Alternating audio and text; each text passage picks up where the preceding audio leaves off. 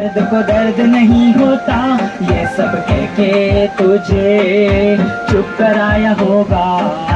पापा मेरे पापा वापस तू आजा, तेरी मैं राहत पूं वापस तू आजा। पापा मेरे पापा वापस तू आजा, तेरी मैं राहत पूं वापस तू आजा। कितने मुश्किलों से गुजरता हूँ, कभी आके तू जरा देखना। खिलौने मुझे नहीं चाहिए, बस मेरे साथ पापा तू ठहरना। कह नहीं सकता मैं दिल की बात किसी को यहाँ, तो कागज में लिख और गानों में गाया।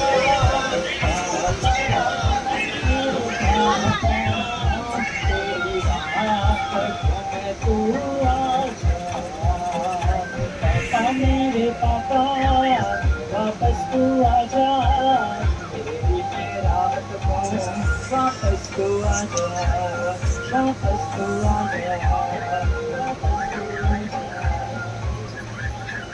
पापा के जाने के बाद माँ उस बच्चे को जिस तरीके से संभाल रही है, उसके अनुभव को देखिए।